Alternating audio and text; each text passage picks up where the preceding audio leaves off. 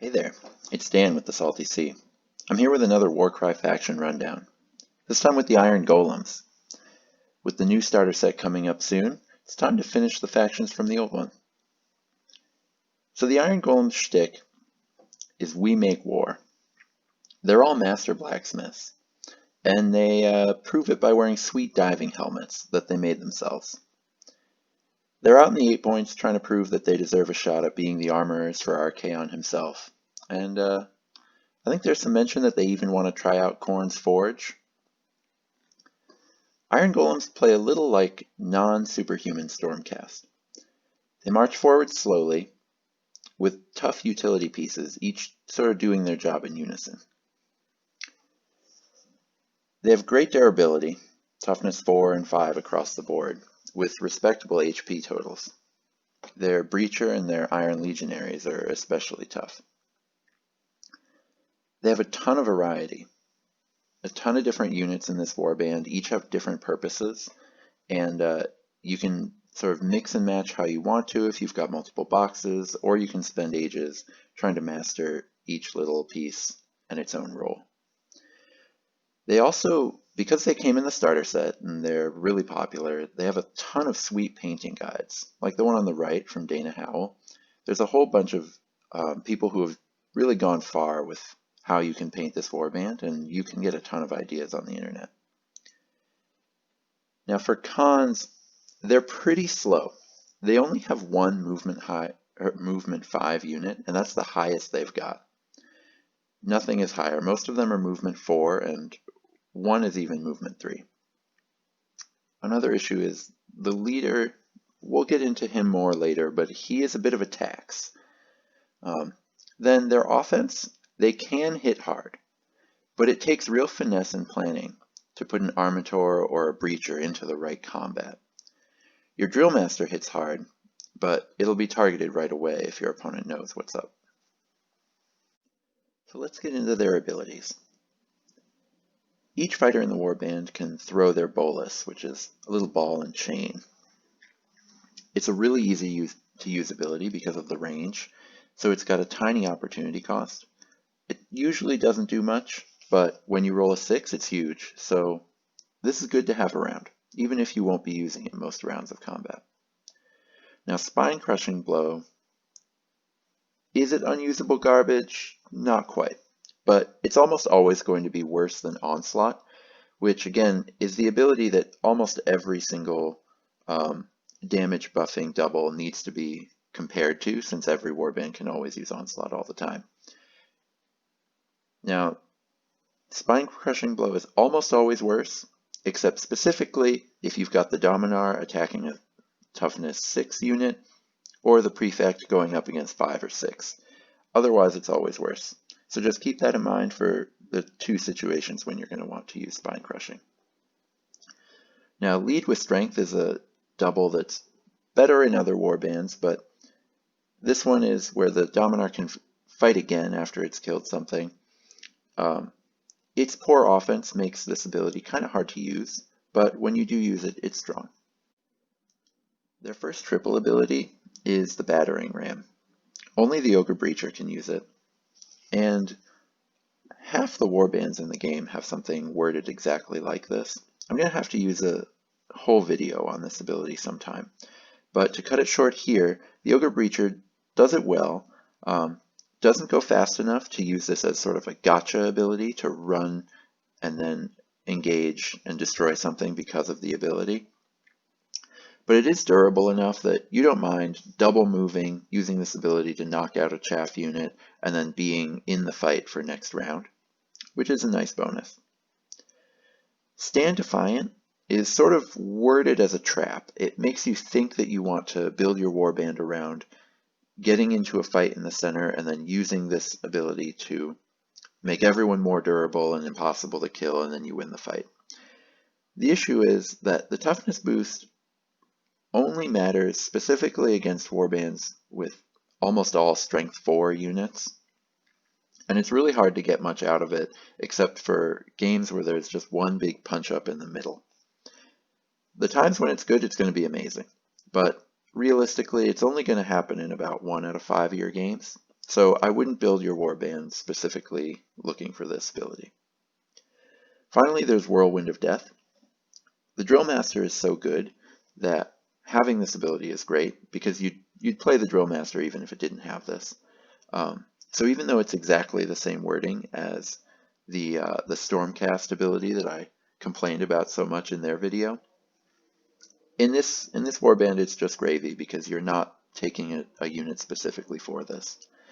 Just make sure before you use it, take a look to see if Rampage would be better used in the same scenario.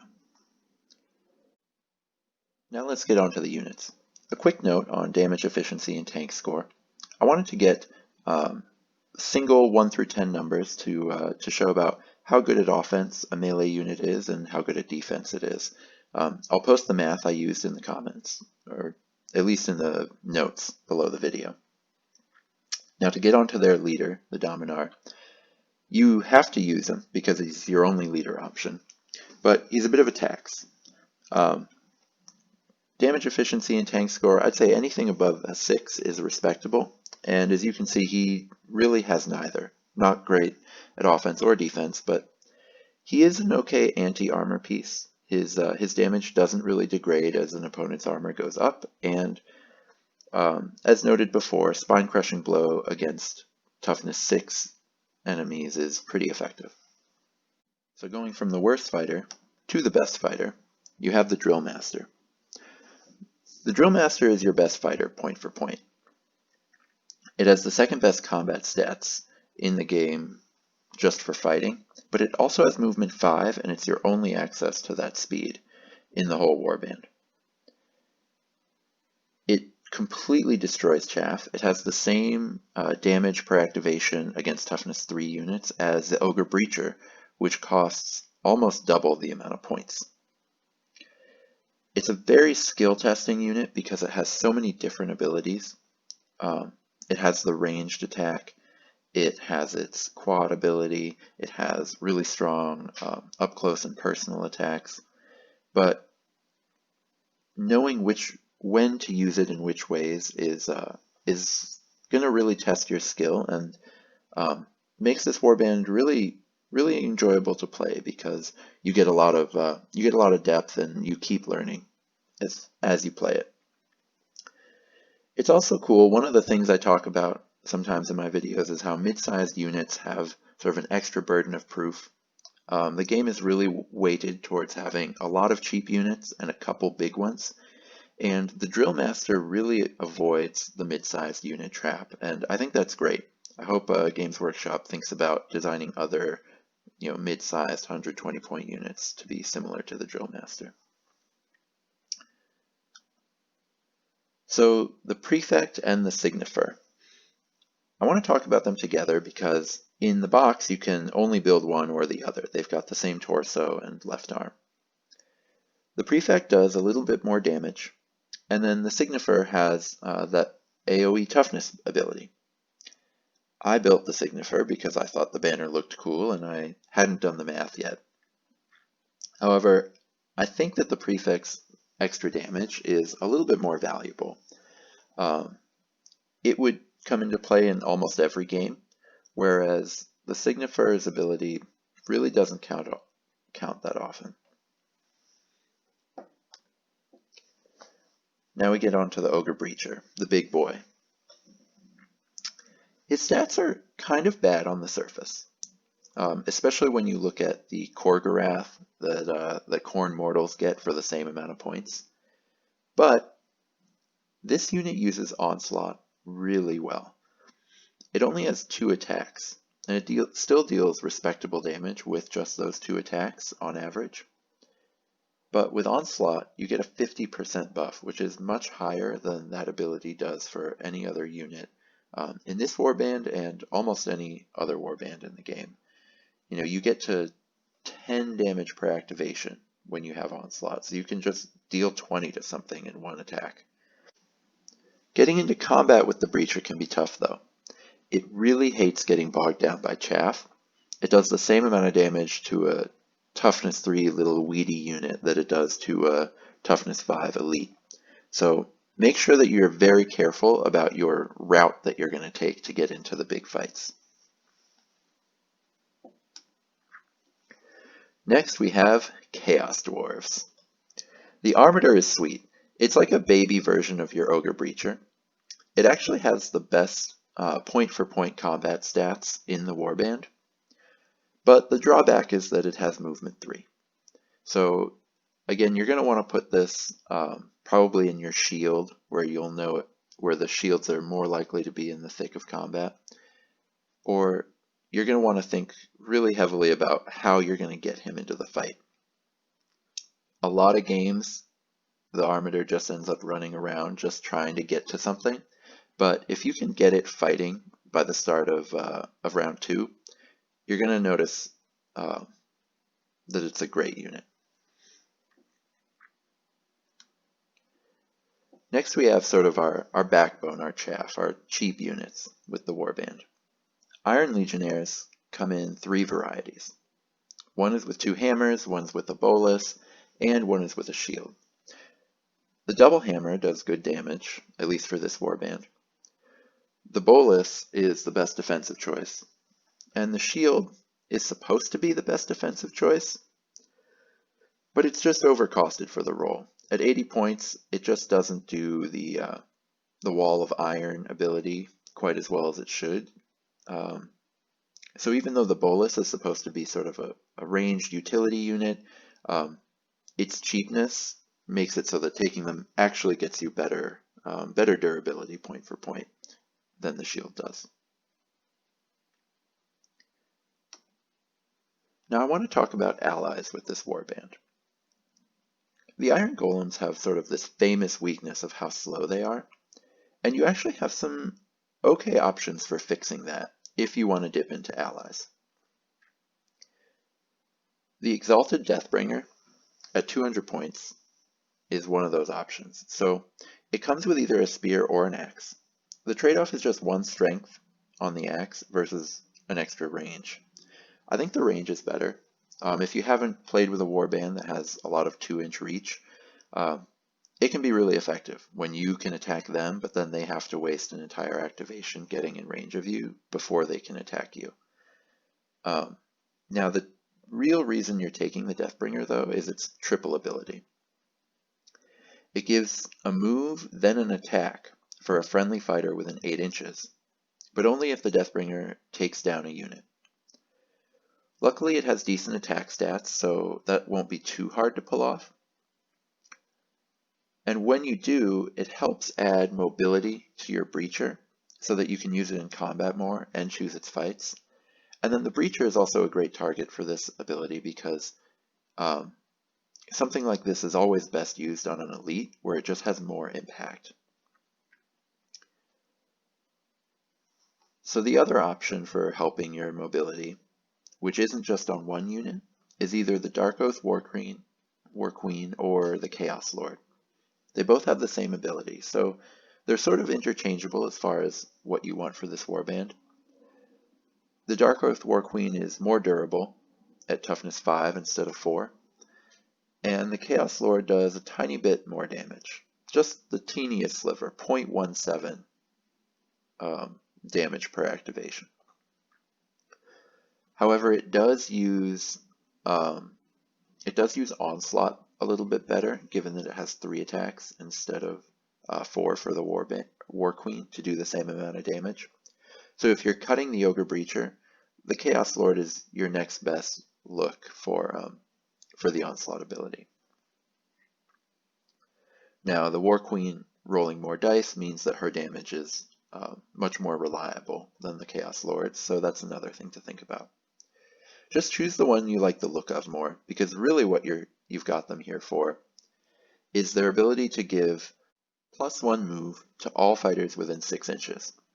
That means you put them in a deployment zone, either your shield, your dagger, your hammer, with quite a few of your other slow units, and then you buff their movement, and that lets them get into combat right away. It's a wonderful bonus to have, especially in this slow warband. So let's get into some list building. Now, you can absolutely play Iron Golems right out of the box and have a great amount of fun with them. The playing notes for that is really that this warband is going to be all about getting your Breacher and your Armator into combat, and then knowing when to commit your Drillmaster. Once you master those two things, you'll start having a lot more success. I'm not going to come in and say that the Iron Golems are going to be a top tier warband in competitive play once you've figured that out, but you will have a ton more fun with them once you do. Now, you can also decide to get a second box. One reason might be because they're pretty good in Age of Sigmar, or at least playable in Age of Sigmar, or maybe you just really want to paint more of them or tune them more. And having two boxes really pumps up this warband. It means doubling up on Drillmasters, which is by far your best unit, and being able to fully commit to more powerful loadouts for Iron Legionnaires. They're your chaff unit, and in this game, having a lot of small bodies is important for every warband. Now, you're going to want to do some converting to get boluses and hammers instead of the ones with shields. So use the boluses that come with the boxes to convert more of the shield ones into bolus ones. And I think that the 2 double hammer ones is still going to be the maximum you can get out of 2 boxes. Now, if I'm running 2 boxes, I still want an Ogor Breacher because it's a scary hammer that you can use with Onslaught. However, if you're tired of having to do the extra work to make the Ogor Breacher really powerful, feel free to cut it for a Prefect and an Armator. Those both deal reasonable damage, and even though they'll have a lower ceiling, you do get better point-for-point stats and a much higher floor. But, as I just showed you the allies, that's where the exciting list building comes in if you want to get weird with this warband. I think what the most powerful concept I can think of would be is really using the speed boost of either the War Queen or the Chaos Lord. I would put them in the shield with the bulk of your forces. Now, this option has 2 Armators and a Legionnaire with Bolus in that group, because the Dark Oath War Queen mitigates that horrible move 3 on the Armators to give them 4 and let them get into combat right away. And then you'll also want to have this Legionnaire with Bolus in there, because it's giving the Dark Oath War Queen is giving it move 5, so it can rocket out ahead of the Armators, body block for them, and then have them right in combat in round 2. Having 2 Drillmasters also in the list means that we have move 5 in every single deployment zone, which is going to be really important for using objectives, which the Iron Golems are normally really struggling with.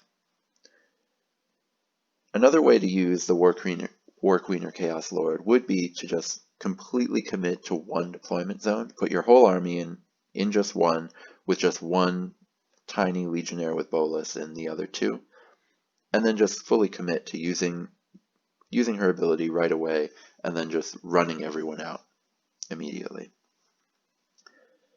But let's get into the Wombo combo list with the Deathbringer and the Breacher. The combo of the 2 of them is hard to pull off, but it's incredibly powerful if you do.